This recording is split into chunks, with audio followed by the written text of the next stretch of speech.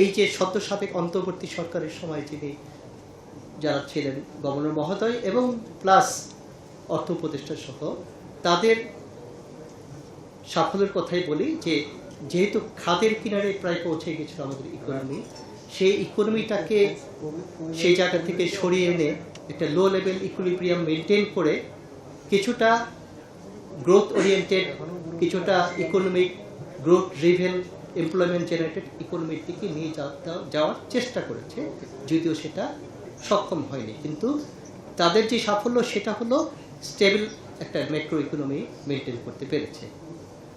পাশা এখন বর্তমান গভর্নর মহোদয় এবং নির্বাচিত সরকারের মূল উদ্দেশ্য হবে এই ইকোনমিটাকে স্টেবল রেখে এমপ্লয়মেন্ট কীভাবে জেনারেশন করা যায়, এবং এমপ্লয়মেন্ট জেনারেশন বৃদ্ধি করতে হলে বেশ কিছু প্যারামিটারকে অ্যাড্রেস করতে হবে। সেখানে হাই ইন্টারেস্ট রেট একটা ইস্যু, তার পাশাপাশি মনে করেন কেন্দ্রীয় ব্যাংকের অন্যতম একটা এজেন্ডা হচ্ছে ইনফ্লেশন কন্ট্রোল করা এবং সাধারণ মানুষের ক্রয় ক্ষমতার মধ্যে প্রাইস স্টেবিলিটি এনশিওর করা। এগুলো কেন্দ্রীয় ব্যাংক তার জায়গা থেকে যতটুকু পর্যন্ত দায়িত্ব তার শতভাগই তারা পালন করবে, এবং সেই পালন তো আর গভর্নর মহোদয় একা করবে না, টোটাল সেন্ট্রাল ব্যাংক এবং টোটাল ব্যাংকিং সেক্টর মিলে কাজগুলো করবে। তো উনি আমাদের সহযোগিতা কামনা করেছেন এবং আমাদের সকলে যারা বক্তব্য দিয়েছেন তারাও গভর্নর মহোদয়কে শতভাগ সহযোগিতা করার আশ্বাস দিয়ে তাকে বাংলাদেশ ব্যাংকে বরণ করে নিয়েছেন নবনিযুক্ত গভর্নর মহোদয় হিসেবে। তো গভর্নর মহোদয় আজকে কিছু দিক নির্দেশনা দিয়েছেন, এগুলো জাস্ট পয়েন্ট আকারে আপনাদেরকে উল্লেখ করছি, এগুলো লিখিত কপি আপনাদেরকে দিব, সেটা আপনাদেরকে পরে আপনাদের টিভি বা পত্রিকার কাজে ব্যবহার করতে হবে। উনি বলেছেন ম্যাক্রো ইকোনমিকে স্টেবল রেখে গ্রোথটা বৃদ্ধি করতে হবে ইকোনমিক গ্রোথ, তবে এই গ্রোথ হতে হবে ইনক্লুসিভ, যত ইনক্লুসিভ হবে তত এমপ্লয়মেন্টটাও বৃদ্ধি পাবে। বেশ কিছু কলকারখানা আমরা গত 1.5 বছর বন্ধ হতে দেখেছি, পলিটিক্যাল আনস্টেবিলিটি সহ ডলার প্রাইসিং বিভিন্ন কারণে বন্ধ হয়ে গিয়েছে। ইকোনমিককে যদি বুস্ট আপ করতে হয় তবে এই কলকারখানাগুলোকে অবশ্যই চালু করতে হবে। এই ব্যাপারে বাংলাদেশ ব্যাংক উদ্যোগ গ্রহণ করবে। বিনিয়োগ বৃদ্ধির ক্ষেত্রে একটা বড় বাধা হচ্ছে হাই ইন্টারেস্ট রেট, এটা কিভাবে অ্যাড্রেস করা যায় সেটাও বাংলাদেশ ব্যাংক বিষয়টি তলিয়ে দেখবে। অবশ্যই প্রাইস স্টেবিলিটি এবং ইনফ্লেশন কন্ট্রোলের কথা বললাম, এটা তো প্রাইম একটা অবজেক্টিভ, এটাও বাংলাদেশ ব্যাংক দেখবে কীভাবে কন্ট্রোল করা যায়। সর্বোপরি কেন্দ্রীয় ব্যাংকের গুড গভর্নেন্সটা নিশ্চিত করার চেষ্টা করা হবে, চেষ্টা করা না সফলও হতে হবে, কারণ গুড গভর্নেন্স যে কোনো প্রতিষ্ঠানের কর্ম পরিবেশ এবং তাদের যে মিশন কনসেপ্ট থাকে সেটা অ্যাচিভ করার জন্য প্রাইম অবজেক্টিভ। আমরা যদি গুড গভর্নেন্স কোনো প্রতিষ্ঠানে এনশিওর করতে না পারি তবে কোনো প্রচেষ্টাই আসলে সফল হবে না। এর পাশাপাশি বাংলাদেশ ব্যাংকে যে বিভিন্ন ধরনের নোট পুট আপ হয় সিদ্ধান্ত গ্রহণের জন্য, এই সিদ্ধান্ত গ্রহণগুলো হবে অবজেক্টিভ বেসড, সাবজেক্টিভ ক্রাইটেরিয়া এখানে খুব বেশি বিবেচ্য হবে না, এবং চেষ্টা করা হবে যাতে কোনো প্রকার বৈষম্যমূলক সিদ্ধান্ত প্রদান না করা হয়, অর্থাৎ একই ধরনের কেসে পার্টি থেকে পার্টি যাতে কোনো সিদ্ধান্তে হেরফের না হয়। আমাদের কর্মকাণ্ড হবে সম্পূর্ণ রুল বেসড। কাজের গতি বাড়ানোর জন্য ডেলিগেশন অফ অথরিটি বাড়াতে হবে। কোনো কেস হয়তোবা এক্সিকিউটিভ ডাইরেক্টর পর্যায়ে নিষ্পত্তিযোগ্য হতে পারে, আমরা সেটাকে ডেপুটি গভর্নর পর্যায়ে পাঠিয়ে দিচ্ছি কোনো কোনো ক্ষেত্রে ডেপুটি গভর্নর পর্যায়ে, এতে মনে হয় যে কাজের গতি নষ্ট হচ্ছে। এই জন্য ডেলিগেশন যদি বাড়িয়ে দেওয়া হয় তবে যে কেস সেগুলি ইডি পর্যায়ে আসার কথা না সেগুলি ডিজি পর্যায়ে নিষ্পত্তি হবে, যেগুলো ইডি পর্যায়ে আসার কথা না সেগুলো পরিচালক পর্যায়ে নিষ্পত্তি হবে। এইভাবে আমরা যদি অথরিটি দেই, অথরিটি পেলে যেটা হবে দায়িত্বশীলতা বৃদ্ধি পাবে। আমি যদি ভাবি যে আমার উপরে আমার বস আছে, তখন আমার সিদ্ধান্তর যে প্রপোজালটা দেওয়ার ক্ষেত্রে আমি খুব বেশি হয়তো ব্রেন স্টর্মিং করি না, দায়িত্বটা আমি জাস্ট শিফট করে দিই উপরের দিকে। যখন আমার উপরই অথরিটি চলে আসবে তখন আমি আরও অনেক বেশি ইমপ্যাক্ট অ্যানালাইসিস করবো, ইনস অ্যান্ড আউটস নিশ্চিত হয়েই আমি সিদ্ধান্ত প্রদান করব। কারণ আজকে যদি আমি পরিচালক হিসেবে সিদ্ধান্ত প্রদান করার সক্ষমতা অর্জন না করি, কালকে যখন নির্বাহী পরিচালক হব তখনও কিন্তু আমি নিজের পায়ে হিসেবে দাঁড়াতে পারবো না। এতে একই সাথে আমাদের সক্ষমতা বৃদ্ধি পাবে এবং শ্রমঘণ্টা, কাজের শ্রমঘণ্টা অনেক হ্রাস পাবে। বিভিন্ন সরকারি সংস্থার সাথে আমাদের কাজ করতে হবে অনেক কিছুতে। বিএফআইও একটা স্বতন্ত্র সংস্থা, এসএসসি, তারপর অর্থ মন্ত্রণালয় সহ এফআইটি, বিভিন্ন প্রতিষ্ঠান কাজ করতে। যখন এই কাজগুলো যে কোনো ইস্যুতে কাজ যখন সমন্বয়ের প্রয়োজন হবে আন্তঃসরকারি বিভিন্ন প্রতিষ্ঠানের সাথে, আমরা সমন্বয় রেখে করব। মানে নতুন একটি সরকার কোনো একটি ইস্যুতে বাংলাদেশ ব্যাংক একটি রেগুলেটর হিসেবে এক ধরনের সিদ্ধান্ত দিচ্ছে, এসএসসি আরেকটা রেগুলেটর হিসেবে জাস্ট অপোজিট সিদ্ধান্ত দিচ্ছে, যেটা সরকারকে হয়তো বা বিব্রতকর অবস্থায় ফেলতে পারে। এই জন্য যেই সকল বিষয়ে রেগুলেটর ইস্যু আসবে সেগুলো আমরা সমন্বয় করে কাজ করার চেষ্টা করব, যাতে কোনো বৈপরীত্য দেখা না। সর্বোপরি উনি বাংলাদেশ ব্যাংকের ভাবমূর্তি সমুন্নত রাখার আশ্বাস দিয়ে সেইভাবে যাতে আমরা কাজ করি, সেইভাবে অনুপ্রাণিত করে উনি সবাইকে ধন্যবাদ জানান। এবং রমজান মাসে যেখানে স্বাভাবিকভাবে তৃষ্ণার্ত থাকা অবস্থায় আমাদের কথা বলতে সমস্যা হয়, তারপরেও আমরা কথা বলেছি, এজন্য উনি সবাইকে ধন্যবাদ জানিয়েছে এবং এইভাবেই সে প্রথম দিনে বাংলাদেশ ব্যাংকের সবার পরিসমাপ্তি ঘটে। ধন্যবাদ। স্যার, আমি জানতে চাচ্ছি যে গভর্নর মহোদয় কথা কম বলবেন, এটা তার একটা সিদ্ধান্ত, ঠিক আছে, কিন্তু এই যে উনি যে কথাগুলো আপনার মাধ্যমে আমাদের কাছে পাঠালেন, এখন আমাদের বেশ কিছু প্রশ্ন আছে। এখন এই প্রশ্নের উত্তর কে দিবে? আপনি দিলে তো স্যার সেটা আমরা সেই প্রশ্নের উত্তর চাই না, আমরা চাই গভর্নরের কাছে। তো গভর্নর আমাদের দায়িত্ব নেওয়ার পরে বাংলাদেশের বর্তমান যে উত্তপ্ত পরিস্থিতি অর্থনীতির এবং বিশেষ করে বাংলাদেশ ব্যাংকের, তার অবস্থানটা এবং তার কর্মপরিকল্পনাটা নিজে যদি সাংবাদিকদের সাথে কথা বলেন, এরপর উনি কথা কম বলুক বেশি বলুক এটা ওনার দায়িত্ব, কিন্তু আমরা তো বেশি কথা চাই না, যতটুকু প্রয়োজন ততটুকু কেন বন্ধ হয়ে যাচ্ছে? কিন্তু প্রথম যে আমাদের কথা বলবে, এখন উত্তর দিবে কি? আমি যে কথাটা বলছি সেটা আমার কথা না, I am just a Messenger. ধরে নেবেন আমার মুখ দিয়ে গভর্নর মহোদয়ের উক্তি বের হয়ে আসছে। হ্যাঁ, উনি যেহেতু আজকে উনি প্রথম অফিস, উনি তার যোগদানপত্রটি দিতে অর্থ মন্ত্রণালয়ে যাবেন, কারণ আপনি অর্থ মন্ত্রণালয় তো 3:30 পর্যন্ত অফিস আওয়ার, অতএব এখন যদি উনি না যান তবে শুক্র শনি 2 দিনের একটা গ্যাপ সৃষ্টি হবে, স্বাভাবিকভাবে যেতে হবে। উনি আমাদেরকে বলেছেন প্রাথমিকভাবে যে আজকে তো তার প্রথম অফিস, তার কিছু ভিশন নিয়ে সে এসেছে।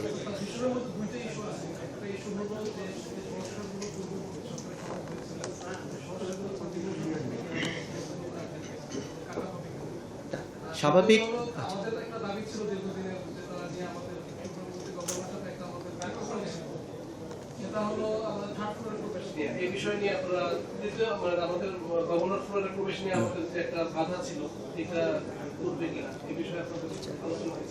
প্রথম কথাটা বলি যে সকল সংস্কার কার্যক্রম শুরু হয়েছিল অন্তর্বর্তী সরকারের সময়, বিগত গভর্নর স্যারের সময়, ওগুলো কন্টিনিউ হবে, এটাই স্বাভাবিক। ওইটার ব্যাপারে যেহেতু উনি কোনো বিরুদ্ধচারণ করে কোনো বক্তব্য দেননি, বরঞ্চ উনি বলেছেন উনি বিগত সরকারের অন্তর্বর্তী সরকারের এবং বিগত গভর্নর মহোদয়ের যে অ্যাচিভমেন্ট সেটাকে কিন্তু উনি স্বাগত জানিয়েছেন। কারণ খাদের কিনারে পৌঁছে যাওয়া অর্থনীতিকে উনি ওখান থেকে বের করে একটা লো লেভেল হলেও একটা ইকুইলিব্রিয়াম মেনটেন করতে সক্ষম হয়েছে এবং এই সক্ষমতার পাশাপাশি তো বিভিন্ন ধরনের সংস্কার কার্যক্রম অব্যাহত ছিল। অতএব ওই কর্মসূচিগুলো এখন মুখ থুবড়ে পড়বে এটা ভাবার কোনো কারণ নেই। উনি ওগুলি কন্টিনিউ করে যাবেন এবং এর সাথে হয়তো বা কোনো চেঞ্জ আসতে পারে, কোনো নতুন কোনো পারসেপশন যোগ হতে পারে, কারণ নতুন সরকারের তো কিছু পলিটিক্যাল এজেন্ডা থাকবে, তাদের একটা স্ট্র্যাটেজি থাকবে যে অর্থনীতিটাকে তারা কোথায় নিয়ে যেতে চায় এবং সেই অবস্থায় পৌঁছতে হলে তারা কিভাবে পরিচালিত করলে অর্থনীতি সেই টার্গেটে অ্যাচিভ করা সম্ভব হবে। অতএব সেইটাকে অ্যালাইন করে বাংলাদেশ ব্যাংক কাজ করবে, কিছু তো নতুনত্ব অবশ্যই থাকবে। আর যেটা বললেন আজকে প্রথম দিনেই 3rd ফ্লোরে আপনাদেরকে উনি স্বাগত জানিয়েছে। অতএব যে অচলায়তন কিন্তু ভেঙেছে, কিন্তু এইটা রেগুলার ফেনোমেনা হবে না, কারণ উনি স্বাভাবিকভাবে বলেছেন আমরা যত আগে থেকে তার সম্পর্কে জানি উনি স্বল্পভাষী।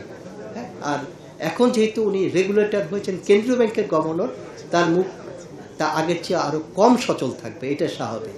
তবে মিডিয়া বান্ধব উনি থাকবেন, কেন্দ্রীয় ব্যাংক মিডিয়া বান্ধব না, এই মেসেজ যাতে না যায় এটাও তারা উনি আপনাদেরকে এনশিওর করতে বলেছেন। স্যার আসসালামু আলাইকুম স্যার, আমার নাম মাসুমিয়া স্যার। আমার স্যার ছোট ছোট দুইটা কোশ্চেন আছে স্যার। আমরা গতকালকে দেখলাম স্যার একটা অন্যরকম বাংলাদেশ ব্যাংক, সেখানে কু পাল্টা কু এরকম বলা যায়। যেমন যদি এইভাবে বলে স্যার, আমরা দেখলাম এর আগে 3 জন কর্মকর্তাকে বদলি, সেই বদলির বিপরীতে মানববন্ধন, গভর্নরের বিদায়, আবার রাতে দেখলাম 5 জন কর্মকর্তার বদলি, এবং সেই বদলিগুলো খুবই সেন্সিটিভ, যেহেতু বাংলাদেশ ব্যাংকের গভর্নর নাই। এটা আসলে অনুমোদন দিল এই নতুন গভর্নর এসে, এই যে বদলি বা এই যে উত্থান পতন হলো, এটাকে সে কি অ্যাড্রেস করছে কিনা, এটাকে মিলিয়ে আমার বাংলাদেশ ব্যাংকের শৃঙ্খলা ফেরাতে তার আসলে ইনিশিয়েটিভ গুলো কি হবে, এটা হচ্ছে প্রথম কোশ্চেন স্যার। দ্বিতীয় কোশ্চেনটাও একটু শুনে নেন। কালকে আমরা দেখলাম স্যার বাংলাদেশ ব্যাংকের একজন গভর্নরকে খুব খারাপভাবে বিদায় নিতে হলো। এইভাবে আহসান মনসুরের যে ক্যারেক্টার বা বাংলাদেশ ব্যাংকের গভর্নর, এইভাবে বিদায়টা না নিলেও হতো। সরকার তো জানতো যে তাকে বিদায় করে দেওয়া হবে, তার সাথে তো একটা ন্যূনতম যোগাযোগ বা বিদায়টা একটু সুন্দর হতে পারতো। স্যার নতুন গভর্নর কি তার বিদায় নিয়েও কি এরকম কোনো কিছু হওয়ার সংখ্যা মানে থাকবে কিনা, আবার সে এটা নিয়ে কিভাবে দেখছে? এই দুইটা বিষয় কি স্যার, শৃঙ্খলা, অভ্যন্তরীণ শৃঙ্খলা, দ্বিতীয় হচ্ছে এই গভর্নর, সাবেক গভর্নর মানে সদ্য সাবেক গভর্নরের বিদায় বিষয়টি। পরে মনে থাকবে উপদেষ্টার বিদায় একটা সহ বলেন। গতকালকে কিছু কর্মকর্তা যারা মব যেটা বলা হয় গভর্নর বিল্ডিং নিচে করেছে, তাদের বিরুদ্ধে এর আগে এই ধরনের ঘটনা ঘটছিল, এগুলো কন্টিনিউ ঘটে যাচ্ছে, তাদের বিরুদ্ধে কোনো ব্যবস্থা নেওয়া হবে কিনা? গভর্নর মহোদয় তো আজকেই প্রথম যোগদান করলেন, যে আপনি প্রশাসনিক কোনো ইস্যু নিয়ে উনি কোনো কথা বলেননি। প্রথমেই একটা অনানুষ্ঠানিক বৈঠকে মিলিত হয়েছেন এবং উনি কেন্দ্রীয় ব্যাংকের জন্য কি মানে ভিশন নিয়ে এসেছেন এবং তার পারসেপশনটা কি, উনি কিভাবে চায় কেন্দ্রীয় ব্যাংক চলুক, এবং একই সাথে শুধু কেন্দ্রীয় ব্যাংকের উপর না, টোটাল ইকোনমিটাকে সে কোথায় নিয়ে যেতে চায়, এই ব্যাপারে তার কী কোনো পরিকল্পনা থাকবে, এটাকে শর্টলি উনি আমাদের সাথে শেয়ার করেছেন। গতকালের ঘটনার বিষয়টা স্বাভাবিকভাবেই উনি উঠেনি, আলোচনাটা আসলে আলোচ্য বিষয়ের অন্তর্ভুক্ত ছিল না।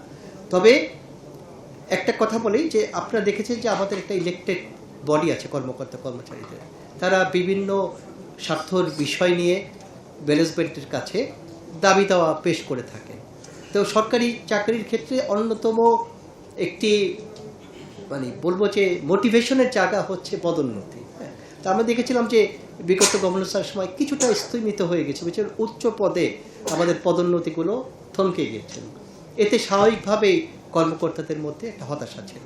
উপরের দিকে পদোন্নতি যখন বাধাগ্রস্ত হয়, তার ইফেক্ট কিন্তু গ্রাসরুট লেভেল পর্যন্ত পৌঁছায়, কারণ উপরে একটি শূন্য পদের বিপরীতে নিচে প্রতিটি কর্মকর্তাই তার এগেনস্টে পদোন্নতির সুফল ভোগ করে থাকে। এই কারণে তারা কিছুটা মানে ক্ষোভ প্রকাশ করেছে। আর গভর্নর মহোদয়ের বিদায়ের সাথে স্বাভাবিকভাবে এটার কোনোই সম্পর্ক নেই। এটা ভাবার কোনো কারণ নেই যে বাংলাদেশ ব্যাংকের কর্মকর্তারা গভর্নর মহোদয়ের কোনো সিদ্ধান্তের বিরুদ্ধে ক্ষোভ প্রকাশ করার কারণে সরকার তাকে সরিয়ে দিয়েছে, নিশ্চয়ই এমনটি বিষয় না। এটা একটা কোইন্সিডেন্ট হতে পারে, দুইটা সম্পূর্ণ পৃথক বিষয়। এখন নতুন গভর্নর মহোদয় এসে প্রথমেই বলেছেন আমি গুড গভর্নেন্স নিশ্চিত করতে চাই। একটি প্রতিষ্ঠানে যখন গুড গভর্নেন্স থাকে, একটি প্রতিষ্ঠানের যখন পদোন্নতি মেধাভিত্তিক হয় এবং পদোন্নতি স্বাভাবিক প্রক্রিয়ায় চলে, যখন সেখানে কোনো প্রকার অ্যাডমিনিস্ট্রেটিভ হস্তক্ষেপ না থাকে, তখন স্বাভাবিকভাবেই ওই প্রতিষ্ঠানে কর্মকর্তা কর্মচারীদের মধ্যে কোনো ক্ষোভ সঞ্চার করার অবকাশ থাকে না। যার ফলে আর যেই মানে চিত্র আপনারা গতকাল বা তার আগে দেখেছেন, এই ধরনের চিত্র ভবিষ্যতেও দেখার কোনো আশঙ্কা আমরা দেখছি না। আমি মেয়াদুল বলছিলাম স্যার আপনার এটা আমি আপনার কথাটা স্যার একটু মানে জোরালো প্রতিবাদ জানালাম এই কারণে। স্যার আপনি যেটাকে অস্বীকার করতে চাইলেন যে আমাদের সালোয়ার ভাই পাশে বসে আছে, আপনি ছিলেন না ওখানে, উনি তো ছিলেন। আপনি বললেন যে ওখানে প্রতিবাদ দিয়েছে, কিন্তু সেটা স্যার প্রতিবাদ যেটা সত্য সকালে এটা সময় পর্যন্ত, কিন্তু অশ্লীল ভাষায় গালিগালাজ করা, মারামারি করা, আক্রমণের চেষ্টা করা, এগুলো ক্যামেরার সামনে হয়েছে, এগুলো আপনিও দেখার কথা। কিন্তু স্যার আপনারা এই বিষয়টাকে এভাবে এড়িয়ে যাওয়ার মাধ্যমে তাদেরকে আরো উস্কানি দিচ্ছেন, এটা খুবই দুঃখজনক। না, প্রস্তুত কোনো শৃঙ্খলা ভঙ্গ করবে এবং কেউকে আমরা প্রশ্রয় দেওয়ার সুযোগ নেই, কারণ তাতে তাদের কর্মকাণ্ডকে উৎসাহিত করা হবে এবং এই ধরনের পরিস্থিতি রিপিটেডলি ঘটতে থাকবে। অবশ্যই আমরা বিষয়টা আমাদের এইচআর আছে, তারা দেখবে যে এই ধরনের কর্মকাণ্ড কারা করেছেন, করার সাথে তাদের বিষয়টা তাদের ব্যাপারে ব্যবস্থা গ্রহণ করবে। আমরা আশ্বাস দিচ্ছি যে কর্ম পরিবেশ বিনষ্ট করে অকারণে কেন্দ্রীয় ব্যাংকের ভিতরে মব সৃষ্টির মতো উদ্যোগ যাতে কখনোই কেউ করার ভবিষ্যতে সাহস না পায়, সেই পরিস্থিতিটা কেন্দ্রীয় ব্যাংক এনশিওর করবে। হ্যালো, আমি মেহের হাসান বলছিলাম। স্যার, আমার একটা প্রশ্ন, যেহেতু গভর্নর স্যার নাই, ওনাকে আমি প্রশ্ন করছি না, আমি আপনারই করছি অ্যাজ এ বাংলাদেশ ব্যাংকের স্পোক পারসন হিসেবে। সেটা হচ্ছে, একজন অর্থনীতিবিদ চলে গেলেন এবং একজন বিজনেসম্যান আসলেন গভর্নর হিসেবে। সেক্ষেত্রে বাংলাদেশ ব্যাংকের আপনাদের কর্মকর্তাদের অনুভূতি কি? আর আমার সেকেন্ড প্রশ্ন হচ্ছে, একজন সোয়েটার ব্যবসায়ী ছিলেন, বর্তমানে গভর্নর হয়েছেন, তিনি যখন মুদ্রানীতি দিবেন, সেই মুদ্রানীতি কেমন হতে পারে? ধন্যবাদ।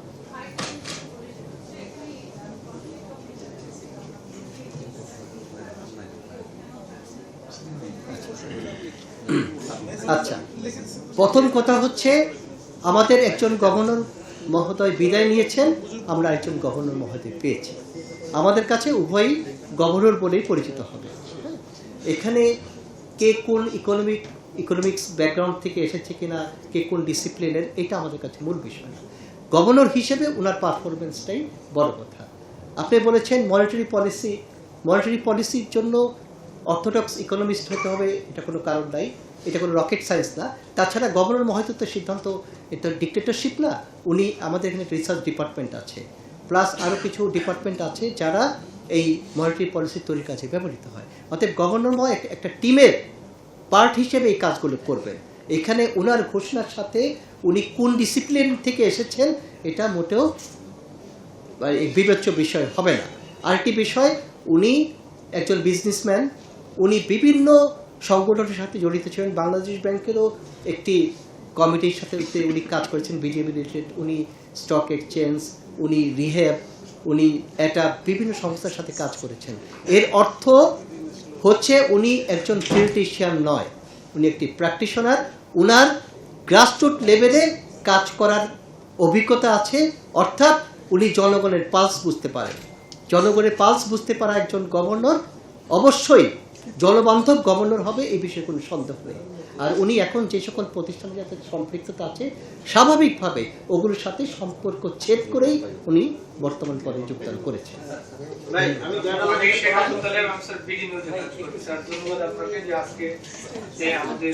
সময় দিয়েছেন স্যার। আমি এখানে স্যার ছোট, মানে আমাদের একটা রেওয়াজ আছে বাংলাদেশ ব্যাংকের, যে গভর্নর হলে আমাদের সাংবাদিকদের সঙ্গে বসে, সেখানে হয়তো উনি প্রশ্ন, হয়তো আমি এখন যে আমাদের সহকর্মীরা যেভাবে আপনার উত্তরটা চাচ্ছে, হয়তো উত্তরটা চাপ পরিবেশ হতো না, আপনি হয়তো বিব্রত হতেন না।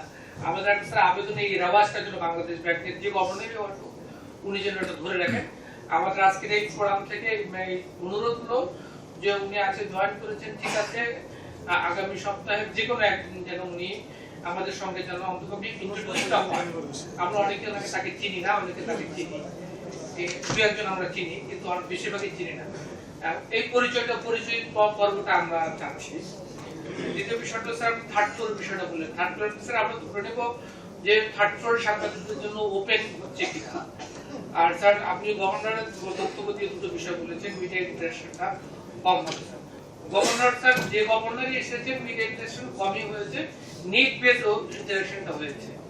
এটা ওই সিলসিলাটা যদি চালু থাকে তাহলে আমাদের কোনো সমস্যা নেই। গভর্নর একটা কথা বলেছেন যে কলকারখানা চালু করবে, এইটা স্যার যদি একটু ব্যাখ্যা দেন। বাংলাদেশ ব্যাংকের কাজ কি কলকারখানা চালু করা বন্ধ করা? এটা তো বাংলাদেশ ব্যাংকের কাজ না।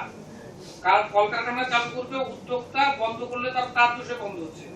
বাংলাদেশ ব্যাংকের গভর্নর এসে উনি এই কথাটা কেন বলছেন যে বন্ধ কলকারখানা চালু করা লাগবে? সেক্ষেত্রে কি যে কারণ কলকারখানাগুলো বন্ধ হয়েছে, সেখানে এই বন্ধের পিছনে বাংলাদেশ ব্যাংকের কোনো দায় ছিল?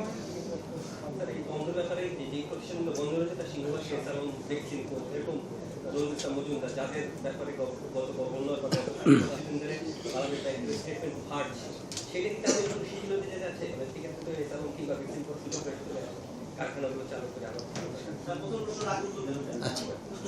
থার্ড ফ্লোরে অবারিত হবে কিনা, তাই তো? এখন কথা হলো, গভর্নর মহোদয় একটা নিয়মিত বিরোধিতা আপনাদের সাথে বসবেন, সেটা হয়তো বা খুব ফ্রিকুয়েন্টলি হবে না। যখন মনে করবেন যে না, অনেকদিন আমার সাংবাদিক ভাইদের সাথে আমার বসা হচ্ছে না, আমি বলবো। সেক্ষেত্রে থার্ড ফ্লোরে এরকম স্পেস নেই যে আপনাদের এতজনকে অ্যাকোমোডেট করতে হবে, হয়তো এখানে মিটিংটা হবে। আর মিটিং না আচ্ছা আচ্ছা, ওই বিষয়ে এখনো সিদ্ধান্ত দেওয়ার বিষয় নেই, কারণ ওখানে তো গভর্নর মতো একা বসেন না, ওখানে অন্য ডেপুটি গভর্নরও বসেন, এক্সিকিউটিভ ডাইরেক্টরও বসেন। হ্যাঁ, আপনি জানেন যে সাংবাদিকদের একটা সোর্স মেনটেন করতে হয়, সোর্সের একটা বড় অংশই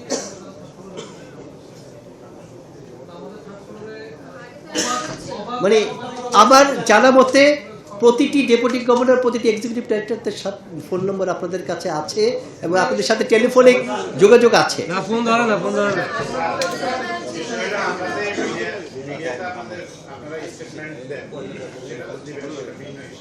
কিন্তু আমরা থার্ড ফ্লোর সহ সব জায়গায় অবাধে আগে ওইটা ওই ইয়েটা মানে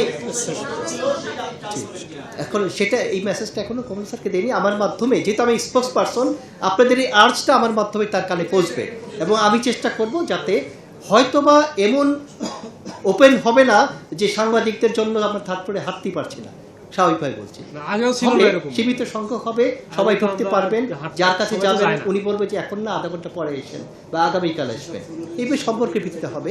কিন্তু অবাধ প্রবেশাধিকার বলতে মানে থার্ড ফ্লোরের ভাব গাম্ভীর্য যাতে অক্ষুণ্ণ থাকে হবে না, না এই জন্য বললাম তো, অবাধ বলতে আগে টিভি চ্যানেলের সংখ্যা, পত্রিকার সংখ্যা বেড়েছে অনেক। আমার কথা হলো যে বিধিনিষেধটা কিভাবে উৎস করা যায়, আমি সেই চেষ্টা করব। আর বিনিয়োগের কথা বলি, ব্যক্তি এবং প্রতিষ্ঠান ভিন্ন সত্তা। আমরা পলিটিক্যাল কারণে দেখেছি অনেক ব্যক্তি উপর স্বাভাবিকভাবেই মানুষের ক্ষোভ আছে, কিন্তু সেই ক্ষোভ তার প্রতিষ্ঠানের উপর পড়েছে যেটার ইকোনমিকে ক্ষতিগ্রস্ত করেছে। বলেছি যে কোনো বন্ধ কলকারখানা বন্ধ হওয়া, চালু হওয়ার মাধ্যমে যে ওই ব্যক্তিকে প্যাট্রোনাইজ করা হচ্ছে তা না, দেশের ইকোনমিতে ওই প্রতিষ্ঠানের কন্ট্রিবিউট করার সুযোগ করা হচ্ছে। এখন কথা হচ্ছে বাংলাদেশ ব্যাংকের ভূমিকা না, কিন্তু Bangladesh bank as a regulator ব্যাংকগুলোকে নির্দেশনা দিয়ে থাকে। এই যে মনে করেন বিশেষ নীতি সহায়তা যে প্রকল্পটা, এটা বাংলাদেশ ব্যাংকই চালু করল। বাংলাদেশ ব্যাংক ব্যাংকগুলিকে বলার কারণে যে সকল খেলাপি গ্রাহক রিশিডিউল করে নিয়মিত হয়েছেন তারা নতুন করে ঋণ প্রাপ্তির সুযোগ পেয়েছেন, এলিজিবল হয়েছেন। এখন তারা সেই এলিজিবিলিটির মাধ্যমে যদি ব্যাংকগুলির কাছ থেকে পর্যাপ্ত পরিমাণে কখনো বিএমআরই বা ওয়ার্কিং ক্যাপিটাল পায়, তবে স্বাভাবিকভাবে ওই বন্ধ কলকারখানাগুলো চালু হবে। এটি মূলত বলা। বাংলাদেশ ব্যাংক তো সরাসরি কলকারখানা বন্ধও করেনি, চালু করতে পারে না, কিন্তু বাংলাদেশ ব্যাংক তো নীতি সহায়তা দিতে পারে, ব্যাংকগুলোকে নির্দেশনা দিতে পারে, কারণ ওই সকল প্রতিষ্ঠান ব্যাংকের ক্লায়েন্ট আর ব্যাংকগুলো বাংলাদেশ ব্যাংকের ক্লায়েন্ট। অর্থাৎ বাংলাদেশ ব্যাংক পেসিভ হইতে হলেও ভূমিকা রাখার সুযোগ আছে বন্ধ কলকারখানা চালু রাখার ক্ষেত্রে। স্যার, গত অগাস্ট, সেপ্টেম্বর এবং গত ফেব্রুয়ারি 22 তারিখে একই সার্কুলার 3 বার কারেকশন করে ফ্যাসিলিটি দেওয়া হবে। এটা স্যার বাংলাদেশ ব্যাংকের রেগুলার কাজ, বাংলাদেশ ব্যাংক এই কাজগুলো করে আসছে। এটা তো স্যার রেগুলার ওয়ার্ক, কিন্তু গভর্নর কেন বললেন যে কলকারখানাগুলো চালু করতে হবে? এই বিষয়টা আসলে উনি কি বলেছেন বা আপনি কি বলতে চান? উনি যেটা বলতে চাচ্ছেন যে ইকোনমি যদি বুস্ট আপ করতে হয় তবে বন্ধ কলকারখানা চালু করার যেটা মাধ্যমে শুধু অর্থনীতির গতি সঞ্চার হবে তা না, কর্মসংস্থান তো সৃষ্টি হবে। একটি কারখানা যদি 10,000 শ্রমিক থাকে, তারা যদি বেকার হয়ে যায়, তো সোসাইটিতে তো একটা এনার্কি সৃষ্টি হতে পারে, তারা অনেক সময় আনলফুল বিভিন্ন অ্যাক্টিভিটিসে তারা অংশগ্রহণ করতে পারে। এই কারণে সমাজে যদি একটা স্টেবল সোসাইটি গড়তে হয় তবে অবশ্যই কর্মসংস্থান বাড়াতে হবে। কর্মসংস্থান বাড়াতে হলে নতুন বিনিয়োগ বাড়াতে হবে, সেই সাথে যে সকল বিনিয়োগ স্থবির হয়ে গিয়েছে নীতি সহায়তার মাধ্যমে সেই বিনিয়োগগুলো বন্ধ হওয়া কলকারখানার মাধ্যমে চালু হওয়ার মাধ্যমে আবার সৃষ্টি করতে হবে। স্যার, এটা তো রাজনৈতিক বক্তব্য। বাংলাদেশ ব্যাংকের এটা সেক্ষেত্রে বাংলাদেশ ব্যাংকের কাজ করে স্যার। বিবি ওয়ার্ডার, বাংলাদেশ ব্যাংক ওয়ার্ডার এবং ব্যাংক কোম্পানি আইন অনুযায়ী যে ক্ষমতা বাংলাদেশ ব্যাংক ও ব্যাংকগুলোকে দেওয়া আছে, সেখানে স্পেসিফিকলি বলা আছে যে কি করবে কি করবে না। আপনি এখন নতুন গভর্নর যেটা বলছেন, এটা কি বাংলাদেশ ব্যাংকের কাজ স্যার? শুনেন, ব্যাংকগুলো ঋণ বিতরণ করবে, গ্রাহককে কিভাবে ঋণ বিতরণ করবে, কোন কোন ফাইল দেখে কিভাবে দেখে ক্রেডিট অ্যানালাইসিস করে ডেট সার্ভিস হবে কিনা, তাকে ক্রেডিট দিলে এগুলি সব যাচাই করে ঋণ দেওয়ার কথা, কোলেটারাল আছে কিনা, তাদের আয়ত্তে আছে কিনা, কোলেটারালের মূল্যমান কত। তারপর বাংলাদেশ ব্যাংককে কেন নিয়মিত পরিদর্শন করতে হয়, এই তো ব্যাংক নিজেই তো পলিসি করা আছে, তবে বাংলাদেশ ব্যাংকের কেন বলতে হবে তোমার ডিউ ডিলিজেন্স ফলো করে ঋণ অনুমোদন এবং বিতরণ করবা, বা কেনই বা বাংলাদেশ ব্যাংকের স্টাফদেরকে ফিজিক্যালি ব্যাংক ব্রাঞ্চে যে এগুলি দেখতে হয় যে আসলে নিয়ম মানা হয়েছে কিনা। আসলে যা আইনে আছে সকল আইন যদি সকল মানুষই মানে তো দেশে তো আসলে মানে আইন আদালতেরও প্রয়োজন হতো না। আইনের ব্রিজ হয় বলেই তো রেগুলেটরদেরকে কথা বলতে হয়। গভর্নর চালুর উদ্যোগ দিবেন না, গভর্নর চাচ্ছেন যে বদ্ধ কলকারখানাগুলি চালু হোক। এই জন্য পলিসি সাপোর্ট দিতে হলে বাংলাদেশ ব্যাংক দিবে, নীতি সহায়তা, টুইস্ট করার কিছু নাই।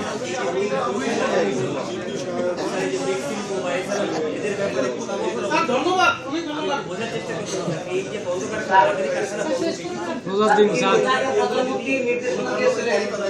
শিল্প কলকারখানা ওপেন করে দেওয়ার জন্য মনে হয় ওই নির্দেশনা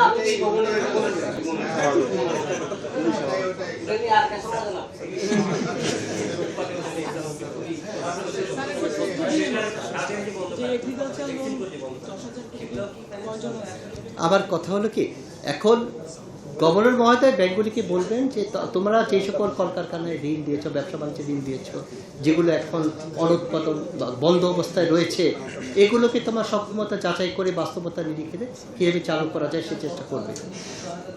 জি, এক কথাই তাই, বাংলাদেশ ব্যাংক তো অফিস সহায়তা করবে না। একটা নীতি সহায়তা দিয়েছে, সেটার আওতায় তো অটোমেটিক কলকারখানা চালু হবেই। যারা নীতি সহায়তা পেয়েছে তারা তো তাদের ব্যবসা চালু করবে, নতুন করে ঋণ দিবে, ওয়ার্কিং ক্যাপিটাল দিবে। আপনি বলেছেন স্যার বাংলাদেশ ব্যাংক এখন নতুন করে এমন কি করবে যেটার মাধ্যমে কলকারখানা খোলার জন্য উপযুক্ত পরিবেশ তৈরি হতে পারে। এই বিষয়টা এরকম কিনা যে আগের মতো গণহারে নতুন করে ঋণ পুনরুদ্ধারের সুবিধা একেবারে জানতে না, এভাবে যেটা আগে হচ্ছিল কোনো নিয়ন্ত্রণ অবশ্যই না। গভর্নর মহোদয় প্রথমেই বলেছেন বাংলাদেশ ব্যাংক এবং একই সাথে ব্যাংকিং খাতে উনি গুড গভর্নেন্স এনশিওর করতে চান। অতএব ল ব্রিচ করে কখনো গুড গভর্নেন্স এনশিওর করা যায় না। তবে এখানে কিছু কম্প্রোমাইজের ইস্যু আছে। যেই কলকারখানা মনে করেন যে একজন কলকারখানার মালিক এথিক্যালি তাকে আমরা সোসাইটিতে অ্যাকসেপ্ট করি না, কিন্তু সেই কলকারখানায় যে কয়েক হাজার কর্মচারী কর্মকর্তা কাজ করে তাদের বিষয়টা তো আমাদেরকে মাথায় রাখতে হবে। তাদের জন্য বিকল্প কর্মসংস্থান তো রাষ্ট্রের পক্ষে রাতারাতি করা সম্ভব না। তখন ওই কলকারখানা যেভাবেই হোক আইনের আওতায় এনে ব্যাংক যদি আবার ফাইন্যান্স করে, যেমন আমাদের কাছে কিছু অভিযোগ আসে যে পার্টির অংশ করে যে রিশিডিউল করতে বলেছেন, ব্যাংক রিশিডিউল করে দিয়েছে, কিন্তু এখন তো আমাকে ওয়ার্কিং ক্যাপিটাল দরকার, ব্যাংক তো ওয়ার্কিং ক্যাপিটাল দিচ্ছে না। অর্থাৎ আমরা চাচ্ছি যাতে নীতি সহায়তা যেহেতু দিলামই, তারা যাতে ফুল প্লেজে ব্যবসা করার সুযোগ পায়, অন্যথায় তারা তো আবারও পুনরায় খেলাপি গ্রাহকে পরিণত হবে।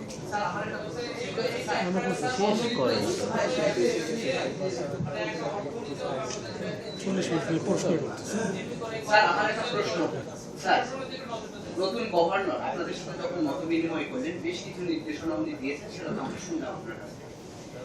সম্মিলিত ইসলামী ব্যাংক কিংবা মার্জার হওয়া পাঁচ ব্যাংক নিয়ে উনি কি তার নতুন করে চিন্তা ভাবনার কথা আপনাদেরকে জানিয়েছেন কিংবা দেখিয়েছেন? না, আজকে তো উনি প্রথম অফিস করলেন, উনি আগামী সপ্তাহ থেকে ডিপার্টমেন্টগুলির সাথে পৃথক পৃথকভাবে বসবেন। যেই ডিপার্টমেন্টটা এই ব্যাংক রেজলিউশন কাজের সাথে জড়িত তাদের সাথে যখন বসবেন তখন তাদেরকে একটা এই ব্যাপারে তার যে দৃষ্টিভঙ্গি বা মেসেজ সেটা দিবেন, তখন তার রিফ্লেকশন আপনারা মেসেজ আপনারা পেয়ে যাবেন। কিন্তু আজকে এই বিষয়গুলি শুধু এটা একটা মানে ওরিয়েন্টেশন। প্রথমবারের মতো উনি বাংলাদেশ ব্যাংকে এসেছেন অ্যাজ এ গভর্নর এবং হাই অফিসিয়ালদের সাথে বসেছেন স্বল্প সময়ের জন্য। এখানে আমরা কোনো ইস্যু তুলিনি, উনি নিজে যতটুকু কথা বলেছেন সেই কথাগুলি আপনাদের সাথে শেয়ার করলাম। সুশাসন নিশ্চিতের কথা যে কথাটা বলেছেন, আমরা তো দেখছি যে বাংলাদেশ ব্যাংকে সুশাসনের অভাব কিংবা বিশৃঙ্খলতা, এটার জন্য তো কর্মকর্তারাই দায়ী। তো সেই ক্ষেত্রে কর্মকর্তাদের এরকম পরিস্থিতি তৈরি হয়, সেক্ষেত্রে কর্মকর্তাদেরকে উনি কি বুঝিয়ে দিতেন? একই কথা, এটি তো বললাম, আমরা যদি আমাদের মধ্যে কেউ না কেউ আইনের লঙ্ঘন করেছে, প্রশাসনিক যে কালচার সেটাকে নষ্ট করেছে, উনি সেটাকে প্রথম দিন তো অত রকমের বলে নেই। উনি শুধু বলতে চাইছে আমি মানে রুল অফ ল ইনশিওর হোক এটা নিশ্চিত করতে চাই এবং একই সাথে গুড গভর্নেন্স এনশিওর করতে চাই। এই দুইটা এনশিওর করতে হলে এবং করা যায় যদি, তবে এইভাবে ওই মব কালচারের মতো কালচার সৃষ্টি হওয়ার কোনো সুযোগ কেন্দ্রীয় ব্যাংকের থাকে না।